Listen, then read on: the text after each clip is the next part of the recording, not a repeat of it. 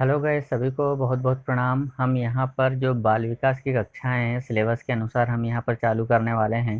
तो देखिए, सबसे पहला जो हमारा टॉपिक है यहाँ पर वो क्या है, वो है हमारा बाल विकास की अवधारणा। ठीक है, बाल विकास की अवधारणा पर बेस है पूरा टॉपिक। तो सबसे पहले हमें ये पता होना चाहिए कि बाल विकास से क्या तात्पर्य है, अर्थात बाल विकास का क्या मतलब है। तो बाल विकास से तात्पर्य है सर्वांगीण विकास, किसका, जो भी बच्चे जो रहते हैं वो पढ़ते हैं उनका सभी का सर्वांगीण विकास। ठीक है, अब बाल विकास का जो अध्ययन होता है, तो जो अध्ययन कहाँ से कहाँ तक किया जाता है, तो बाल विकास में अध्ययन गर्भावस्था से तो मृत्यु पर्यंत तक इसमें अध्ययन किया जाता है। और इस जो बाल विकास का जो अध्ययन किया जाता है, ठीक है ना, उसकी जो श्रेणी है उसको क्या बोलते हैं, विकासात्मक मनोविज्ञान। ठीक है ना, इस विज्ञान को क्या नाम दिया गया, विकासात्मक मनोविज्ञान। जैसे कि अभी मैं आपको यहाँ पर कुछ परिभाषाएं बता रहा हूँ। हॉरलॉग महोदय जो थे, उन्होंने क्या कहा कि बाल मनोविज्ञान का नाम बाल विकास इसलिए बदला गया क्योंकि अब बालक के विकास के साथ साथ सभी पहलुओं का ध्यान केंद्रित किया जाए और किसी एक पर पक्ष नहीं दिया जाए। मतलब कि बाल मनोविज्ञान का नाम बाल विकास क्यों रखा गया, क्योंकि अब बालक के विकास के समक्ष जो जितने भी पहलू रहते हैं सभी पर ध्यान केंद्रित किया जाना चाहिए, किसी एक पक्ष पर नहीं किया जाना चाहिए, ऐसा हरलॉक महोदय ने कहा है।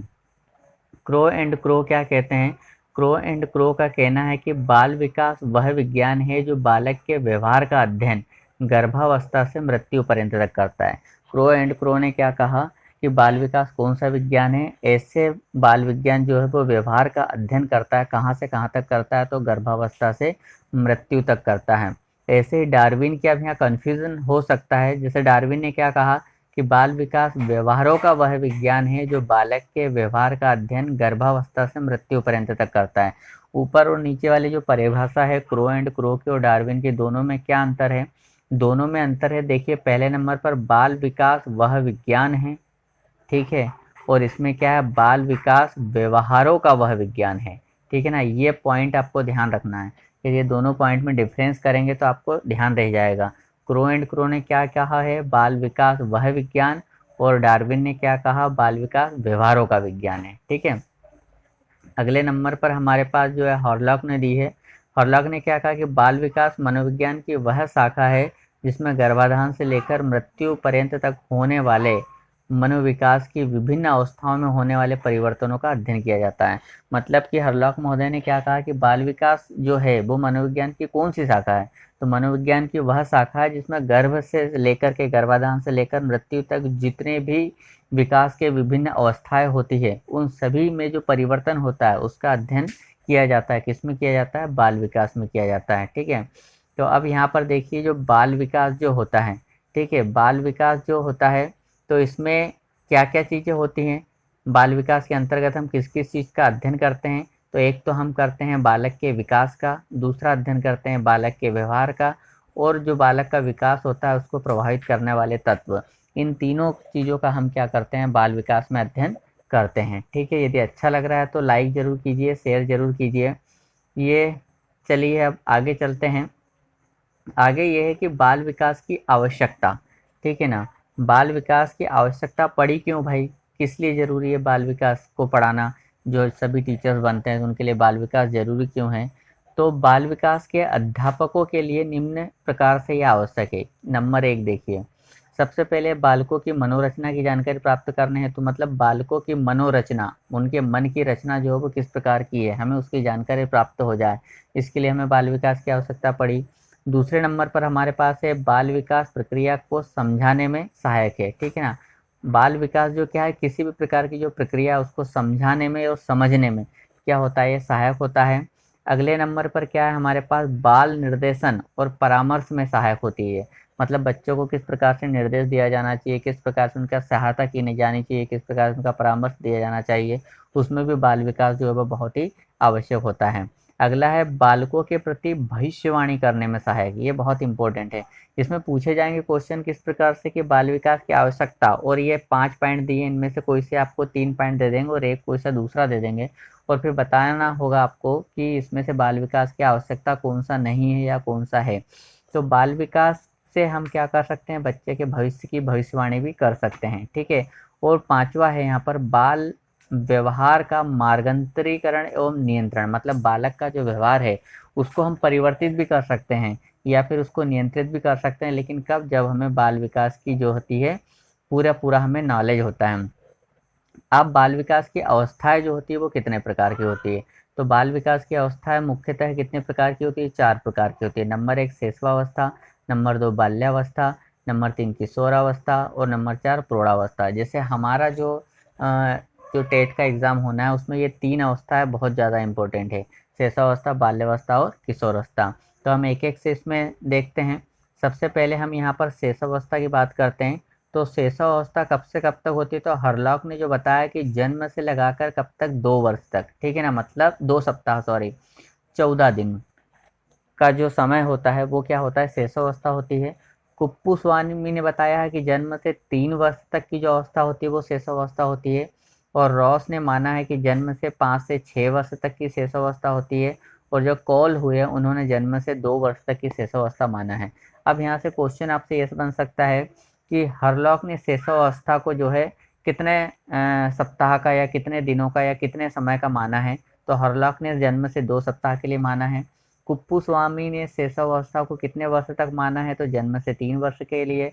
रॉस ने जो है शेषावस्था को कितने वर्ष तक माना है, तो जन्म से 5 वर्ष के लिए। और कोल ने जन्म से 2 वर्ष के लिए माना है, ठीक है। वैसे इसमें सबसे ज़्यादा जो इम्पोर्टेंट है वो रॉस की है, जो 5 से 6 वर्ष वाली मानी गई है।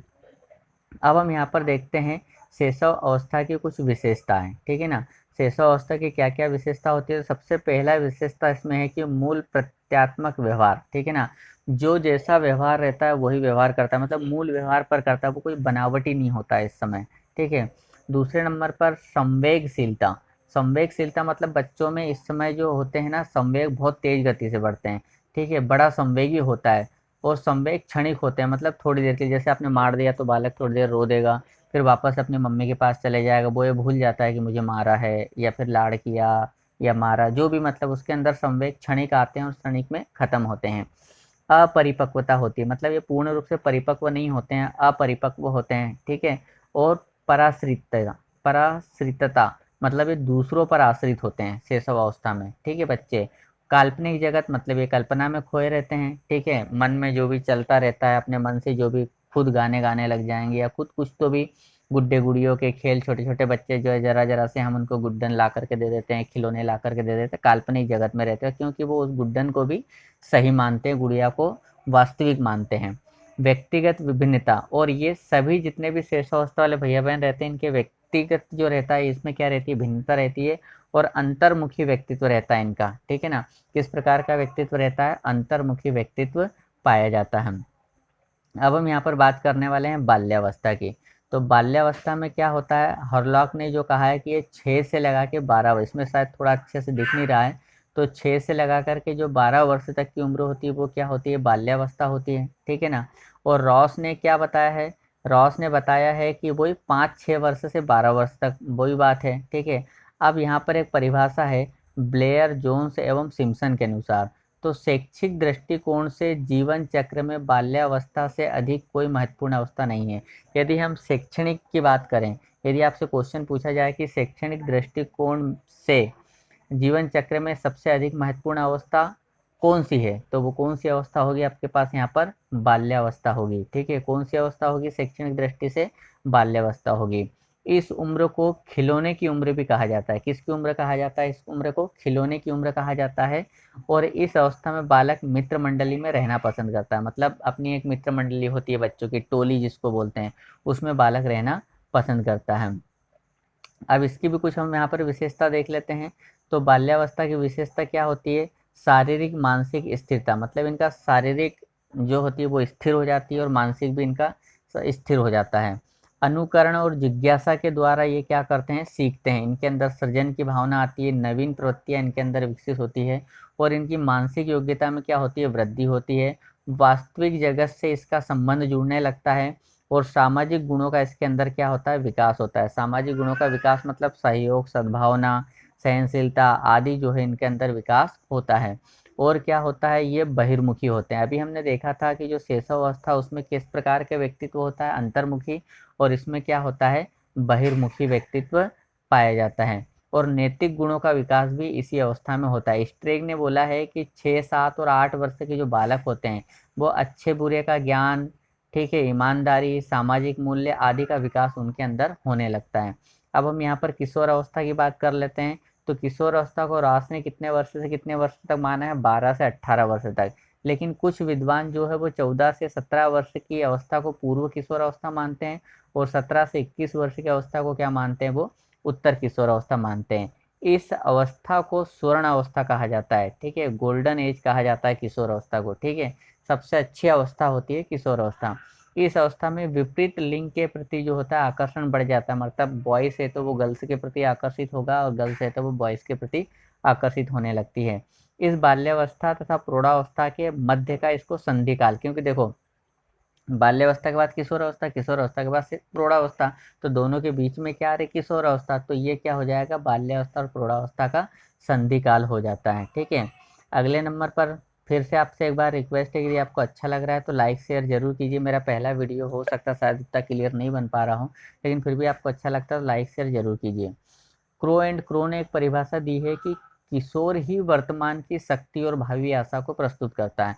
मतलब जो किशोर होते हैं वो क्या करते हैं? वर्तमान शक्ति और भावी आशा को क्या करता है? वो प्रस्तुत करता है। हेडो कमेटी की रिपोर्ट आई थी, उन्होंने कहा कि 11 से 12 वर्ष की आयु में बालक की नसों में ज्वार उठना आरंभ हो जाता है। इसे किशोर अवस्था के नाम से पुकारा जाता है। मतलब उसके अंदर जो रहता है ना एक तूफान। स्टेनले हाल ने भी जैसे कहा है कि ये जो समय होता है वो किसका होता है? जो तूफान का समय होता है, उसके अंदर शरीर के अंदर तूफान जैसे उठने लगते हैं। अब यहाँ पर हम बात करते हैं किशोर अवस्था की विशेषता की बातें। तो किशोर अवस्था में स्थिरता आ जाती है, समायोजन का अभाव, स्थिरता और समायोजन का अभाव होता है, मतलब ये माइंड स्थिर नहीं रहता है, समायोजित नहीं हो पाता है, शारीरिक विकास इसमें होता है, घनिष्ठ व व्यक्तिगत मित्रता होती है। मतलब जैसे कि हमने पहले देखा था कि जो शेषावस्था थी उसमें टोलियां थी, है ना, लेकिन यहाँ पर क्या होता है? उसके घनिष्ठ मित्र होते हैं, है ना, पक्के दोस्त जिसको बोलते हैं। और शेषावस्था की पुनरावृत्ति होती है, जो शेषावस्था में जैसा होता है, ठीक है ना, वैसा का वैसा लगभग पुनरावृत्ति किशोरावस्था में भी होती है। निश्चित विकास का प्रतिमान होता है इसके अंदर और व्यवहार में विभिन्नता आती है, अलग अलग के व्यवहार अलग अलग होते हैं। स्वतंत्रता व विद्रोह की भावना इसके अंतर्गत आती है, मतलब यानी कि व्यक्ति स्वतंत्र रहना चाहता है किशोर अवस्था में, वो चाहता है कि मैं जैसा चाहूँ वैसा हो, और यदि उसके अनुसार नहीं होता है तो वो उसमें विद्रोह कर देता है। मानसिक विकास होता है इनका, लेकिन ये कल्पना और सपनों में खोए रहते हैं, ठीक है, कि कोई राजकुमारी आएगी मेरी ज़िंदगी में, या ऐसा होगा या वैसा होगा, इस तरीके से कल्पना में खोए हुए रहते हैं, ठीक है। तो ये था इस प्रकार से आज का हमारा वीडियो। यदि आपको अच्छा लगा है तो इसको लाइक ज़रूर कर दो यार, शेयर कर दो इसको, ठीक है, और सब्सक्राइब कर दीजिए हमारे चैनल को। फिर मिलते हैं, यदि आपको अच्छा लगता है तो मैं आगे वीडियो बनाऊँगा, ठीक है। जय हिंद, जय भारत, वंदे मातरम।